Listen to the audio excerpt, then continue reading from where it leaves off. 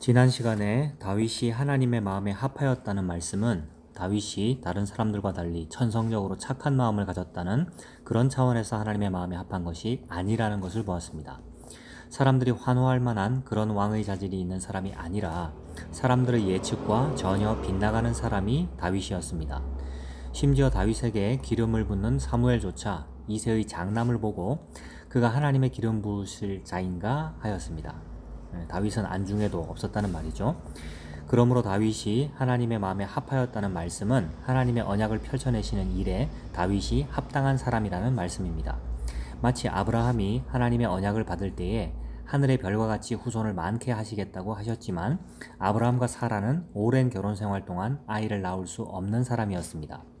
아이도 낳을 수 없는 부부를 통하여 열국의 아비를 만들어내신다는 것은 하나님의 언약은 없는 데서 있게 하시고 죽은 자 가운데서 살리시는 방식이라는 것을 보여주는 것입니다. 오늘은 다윗이 언약궤를 메고 오려다가 실패한 사건을 보려고 합니다. 이렇게 실패한 후에 하나님께서 다윗에게 언약을 주십니다.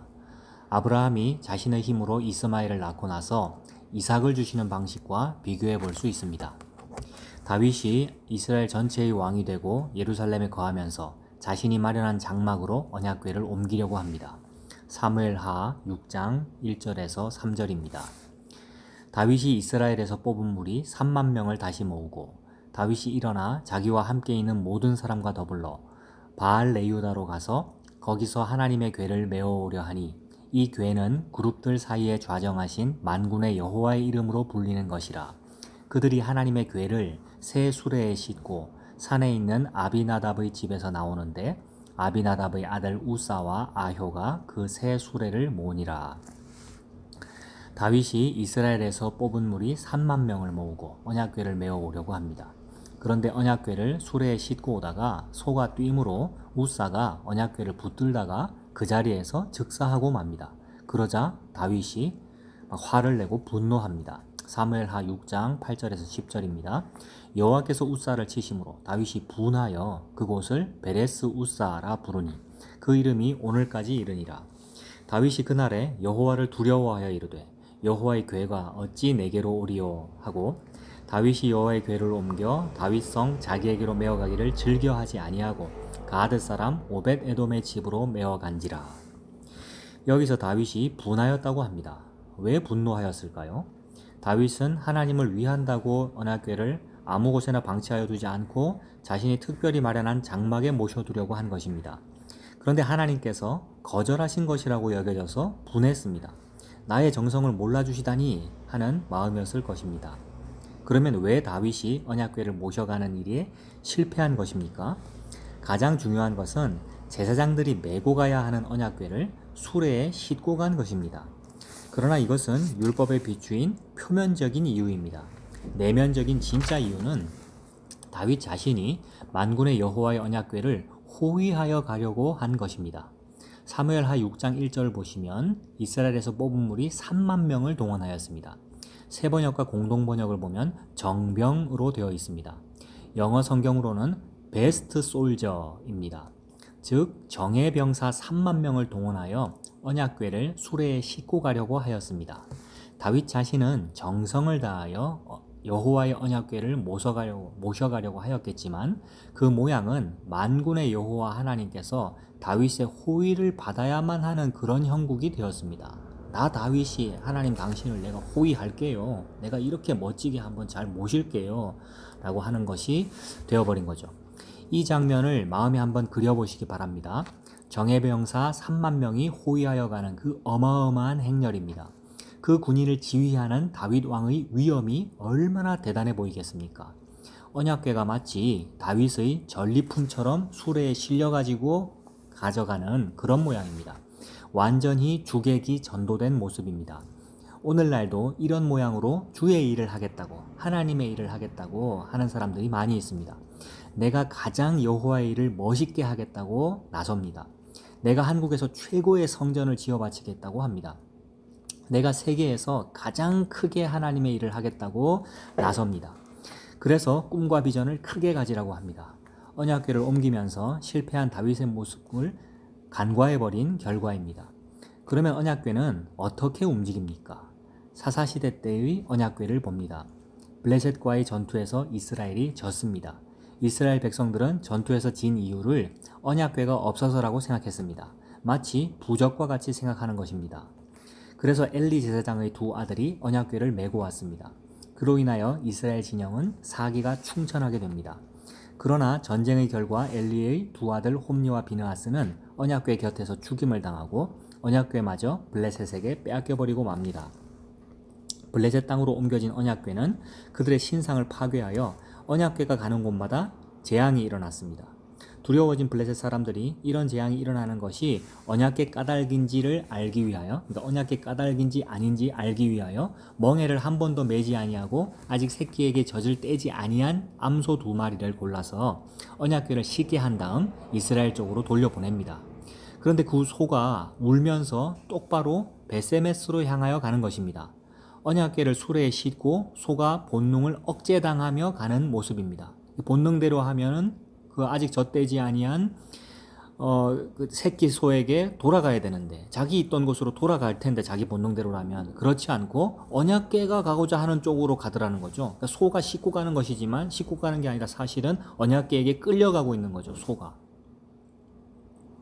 이방인들은 언약궤 운반 방법을 몰랐지만 언약궤를 실은 소가 바르게 가는 것으로 여호와의 언약궤 까닭에 재앙이 내린 것임을 알게 됩니다.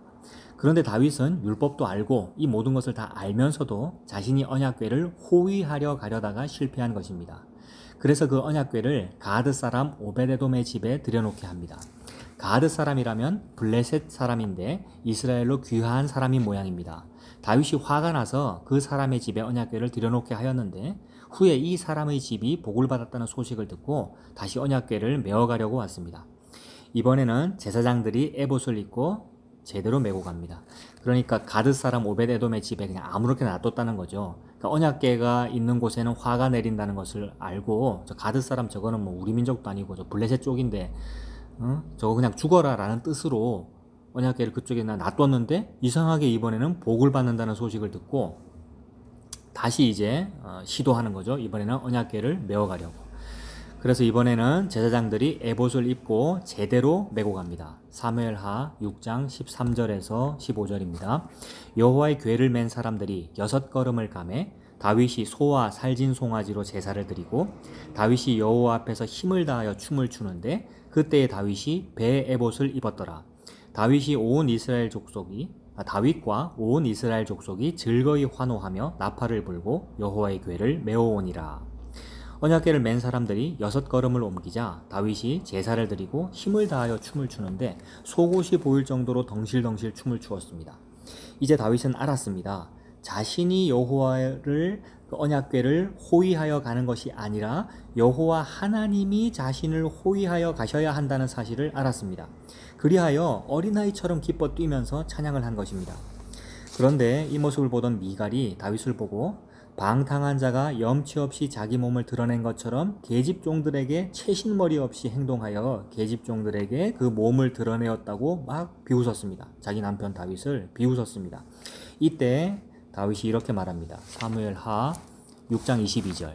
내가 이보다 더 낮아져서 스스로 천하게 보일지라도 네가 말한 바 계집종에게는 내가 높임을 받으리라. 이보다 더 낮아져서 스스로 천하게 보일지라도 내가 뛰놀겠으며 계집종에게는 오히려 높임을 받으리라 라고 말합니다. 이 말은 다윗 자신이 하나님을 위하는 것이 아니라 하나님이 자신을 위해 주셔야 한다는 사실을 깨달았다는 것입니다. 그게 너무 기뻐서 지금 이렇게 채신머리 없어도 괜찮다는 겁니다. 그래서 춤을 추었다는 거죠. 이 사실을 모르는 미갈은 불임이 되죠. 다윗의 아이를 가져보지 못하고 죽습니다.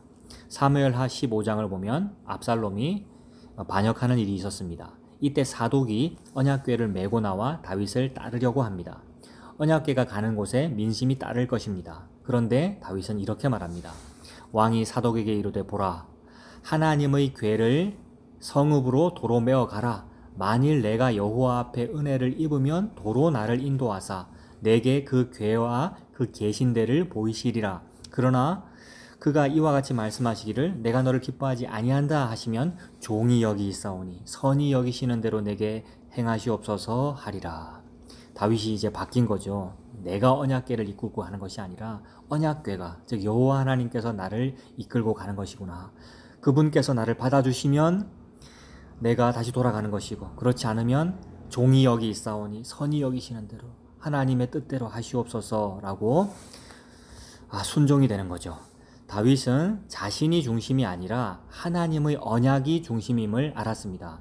정예병사 3만 명을 동원하여 여호와를 호위하는 것이 아니라 아들이 반역하여 쫓겨가도 마땅한 죄인입니다 라고 여겨지게 된 겁니다. 그래서 그 마땅한 죄인에게 언약이 함께하면 그것이 복이군요 라는 것을 깨달았다는 것입니다.